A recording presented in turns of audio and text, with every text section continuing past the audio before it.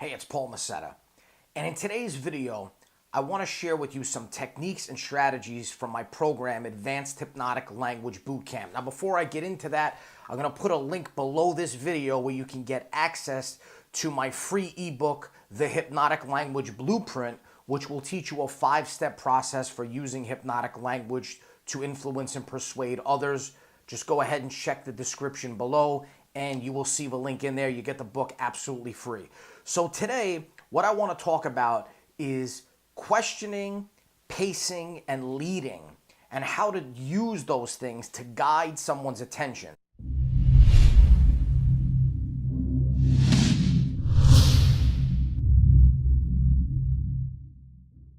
So when I talk about hypnotic language to people that have never heard of it before, they assume that you're putting some kind of voodoo on someone, or that you're waving a watch in front of them and then you're making them turn into a zombie while you embed things in their mind and hypnotically control them.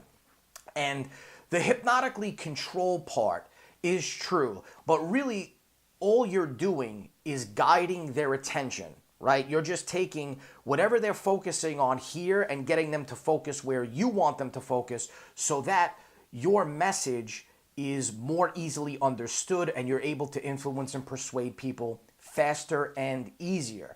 And so some of the best ways to do that are through questioning, pacing, and leading. So what I tell people all the time is that your job as a master communicator or as a master persuader is to help the other person narrow their focus or attention and then move them from their present state of mind to wherever you want them to be, which is hopefully a more beneficial state of mind for the both of you. So one of the key ways that we could do this is by pacing current experience. So imagine that you want to get in tune with someone and you're walking side by side, and as you come alongside them, you start to walk in the same rhythm that they are, so that now you're traveling together. Well, this is the same exact thing, only you're doing it through verbal communication. So there's a couple of different things that you have to do in order to make this work. The first thing is you got to you got to observe the person's current behavior. So whether you're speaking to just one person or to like a group of people in an audience, you have to begin to cautiously mirror their movements and cadence of speech. And you have to do it in a way that's not obvious, right? So if a person is speaking a certain way and you're very far off from where they are, and then you just immediately start talking the way they talk, they're going to subconsciously or even consciously pick up on that. That's a no-no. The second thing you want to do is tune into their frequency and then allow them to tune into yours. You have to think about your end goal, okay? As a persuader, as a master communicator, your goal is to gently guide the other person from one frame of mind to another. And to do this, you have to mirror their current frame of mind and then get them to see the upcoming state of mind in a way that's going to be beneficial to them as they pursue changes or a different viewpoint. Because remember, any kind of persuasion or influence involves change. If it didn't involve change, you wouldn't have to influence or persuade the other person. They would just say yes to you. So one of the secret tricks that I use to do this is something called transitional words. So for example, you could say something like, I'm wondering how you'll learn to put together all the new ideas you'll get from this training. As we go on this journey together, you can move forward to a deeper understanding of hypnotic language and how you can use it to benefit you on a daily basis. See, in this statement, what I've done is used vague words like wondering to get the other person to think about what they're going to get out of the training. See, and I've also taken a snapshot of where they are and where they're headed and offered an embedded suggestion to move ahead. Notice how I also use the word can. This gives the other person permission to make choices. First thing you want to do, as I said before, is observe your audience carefully. The unconscious mind processes information at 40 million bits of data per second, versus the conscious mind, which can only process around 40 bits per second. In other words, if you want to learn something fast or make changes quickly, you got to get to the unconscious mind. So step one, observe your audience, either one or many, carefully take them in.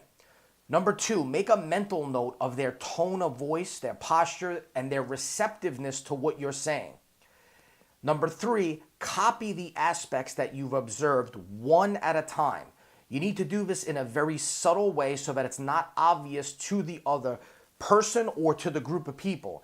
And really, this is where the art comes in.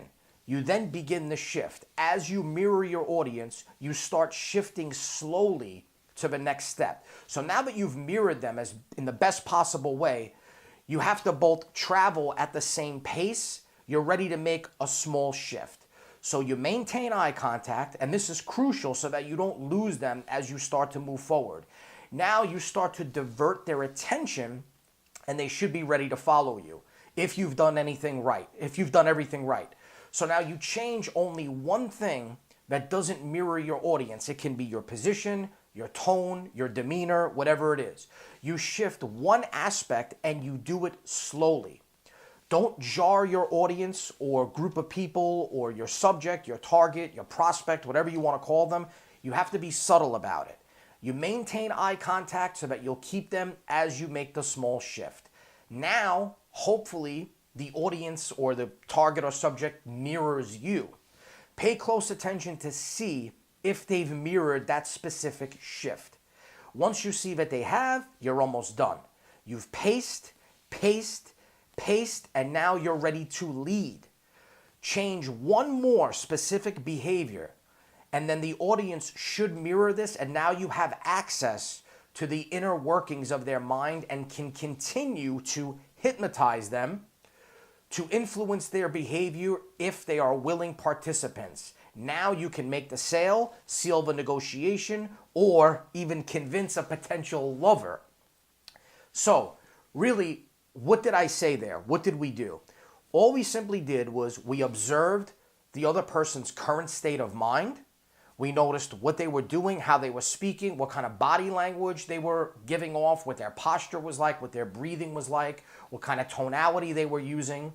We subtly began to mirror those things one at a time, right? Again, you don't just jump in and start mirroring everything because that's going to raise red flags. We started working with them, traveling with them together, and then slowly move them away to where we want them to be by changing one thing at a time, right? So hopefully that makes sense to you. So the way I want you to think about it is maybe we started with them here and you here, and then we worked slowly until we were both together, and then we slowly started moving in the opposite direction by changing certain things one at a time, and then seeing if they change those things. And then if they do change those things, guess what? You've now created rapport with them, you've now created a connection with them, and you are now in tune with them, and now you can start presenting things that you want to present to them. If you're not, if you notice that they're not, you got to go back to pacing them again and mirroring them again and keep working the process until you get to that point. Now, as I said, this was all taken from my program, Advanced Hypnotic Language Bootcamp, which is my masterclass on hypnotic language. This is just one of the modules that I went over with you. If you want to get access to that program, I'll also put a link in the description below. If you enjoyed this video, make sure to like it, give me a thumbs up, leave a comment, and make sure you subscribe.